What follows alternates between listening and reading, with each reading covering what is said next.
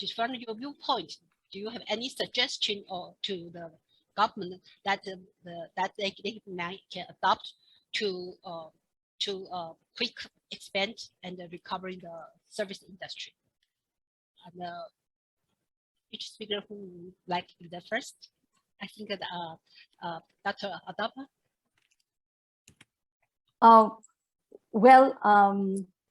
Reflecting on our experience, the previous month, the pandemic really has provided an impetus to fast track the adoption of Industry 4.0 technologies and innovation, of course, with greater focus on resilience and sustainability.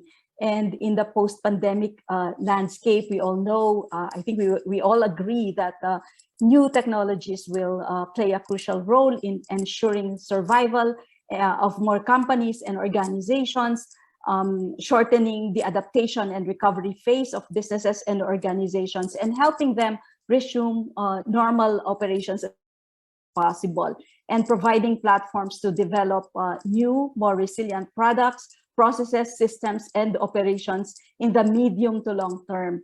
And given all of this, I think I've presented earlier the policy directions along with the programs that we in the Philippines are implementing. We have a strategy, an Industry 4.0 strategy. We have also a new industrial strategy that is the Inclusive Innovation Industrial Strategy, which focuses on embracing these new technologies arising from industry. We know that by adopting these new technologies, we will be in a better position to create more efficient and scalable industries to leapfrog to inclusive, resilient, and sustainable industrial development, as well as to help us as we shift towards Industry 4.0, and at the same time to ensure that no enterprise, especially MSMEs or region, would be left behind. There are some other programs that I was not able to mention earlier, but maybe I could go back to this later during the round. Thank you.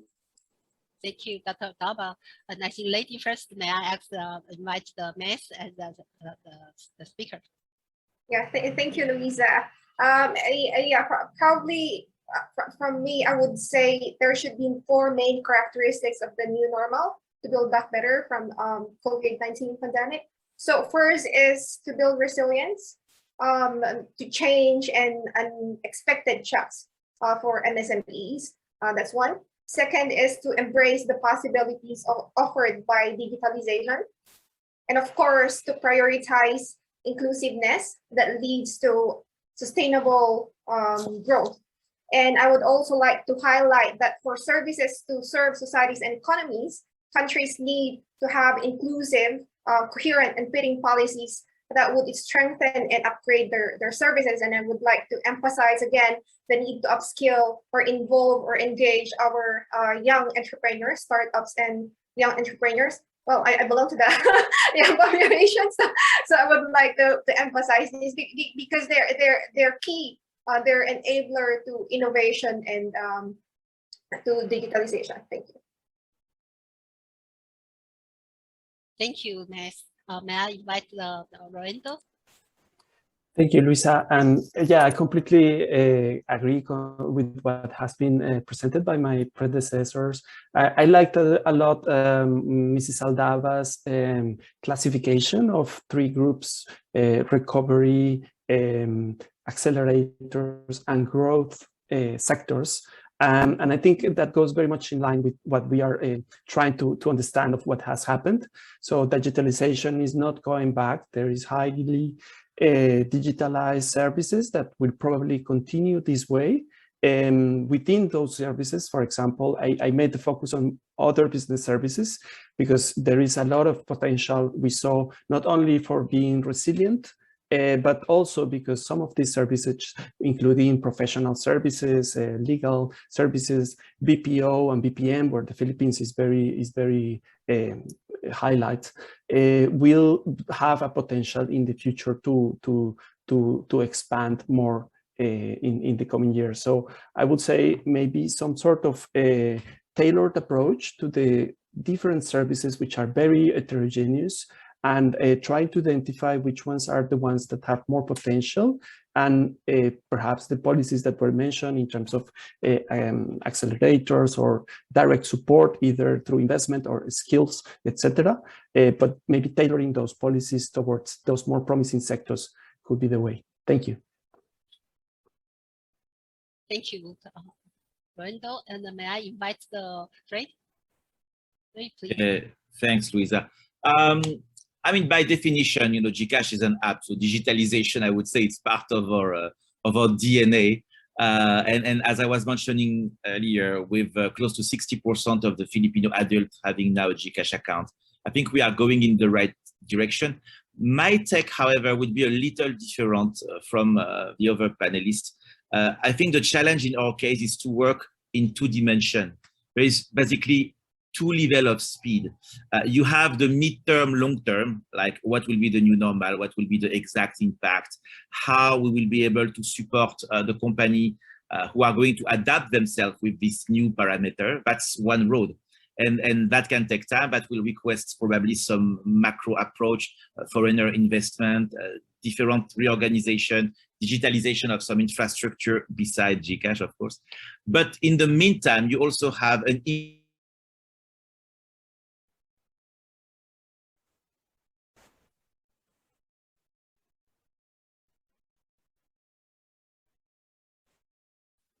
having 600,000 social seller.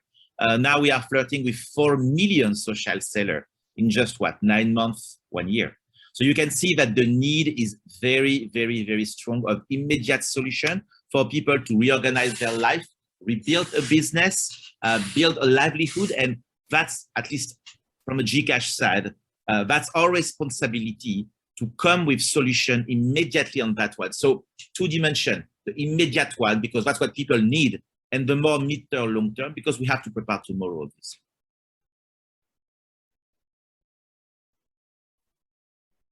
Thank you, Freddie. Thank you very much. We know from the end of the 2019 until up to now, the pandemic damaged the service industry a lot. Even in my country, we start have the like a touchless business model, or like the non-touch economy. So it's like the digital transformation, or the digital skill, or upgrade in the business in the digital. It's very important. From your viewpoint, that you share a lot of experience how to survive for the service industry. So it's very excellent presentation. And before we end our section, each speaker may have 30 seconds to conclude your presentation. Please, would you like to conclude your presentation? Thank you.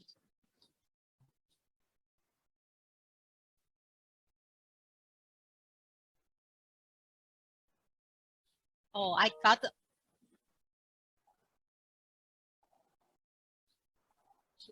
I think Dr. Adaba, would you like to conclude your presentation with that? Oh, okay.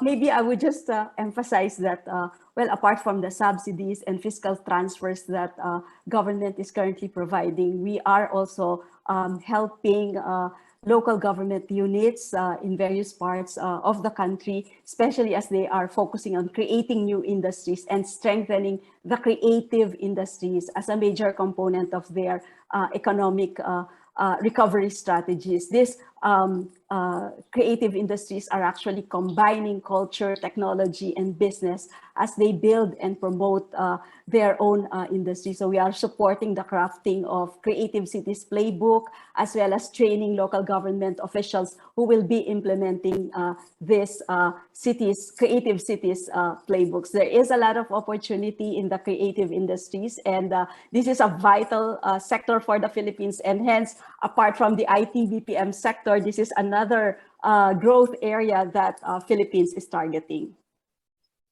Thank you. May I invite May? May I invite May to make a conclusion? Thanks, Louisa.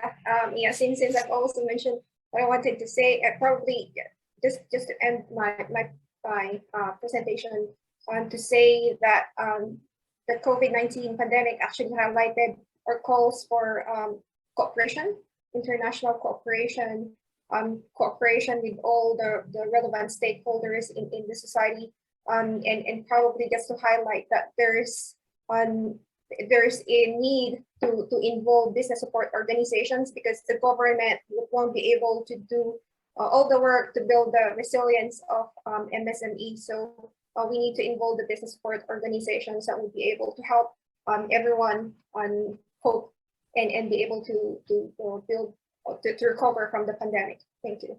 Thank you. May I invite the Lorenzo? Thank you. And perhaps one final point, just in terms of the regulatory convergence that we have been discussing. And I think IPEC's effort to kind of have a more horizontal approach and involve services is a very multi-sectorial sector, and these efforts to find these bridges with other sectors that are directly involved or with other agencies. I mentioned, for example, the investment frameworks and the relationship with the development of digital services, but this can expand to many areas, to education, to health, etc. So that kind of horizontal approach, which is difficult to implement, but is very important, I think, for integrating services also in the national development plan. Thank you. Thank you, Lorenzo. Fred, please. Yeah, just I mean, just a thought in general that this is hard times. It's kind of complex for everyone. And as I started with very bad number, and everybody has also very negative figures in general, it's kind of a hit in the morale. But we have also to see the good side of all of that. Maybe when you are in the middle of the storm, it's hard. But I know that, for example, from a GCash perspective, a lot of things, a lot of partnership, not necessarily only public-private, but private-private or any type of initiative are fast-tracked in an insane speed. It goes much quicker than we could have imagined. I wouldn't say that's a good consequences of what's happening, but clearly this kick at some point is also going to give some very valuable benefit. I mean, everybody is aware of the BSP objective not so long ago, who was to reach 20% of digital transaction in 2020. We are already much beyond that. And now the target, if I remember correctly, is 50% from 2025. Who would have thought that 3 or 4 years ago? No one. So yes, it's hard. Yes, it's tough. Yes, there is a kind of unknown aspect of what's coming, but we'll get out of that with some also very, very valuable change, I think. Thank you. Thank you very much. Thank you for the source. We make such excellent presentation. Thank you, Undersecretary Adoba, Lorenzo, yes, Stephanie, and Fred. Thank you very much.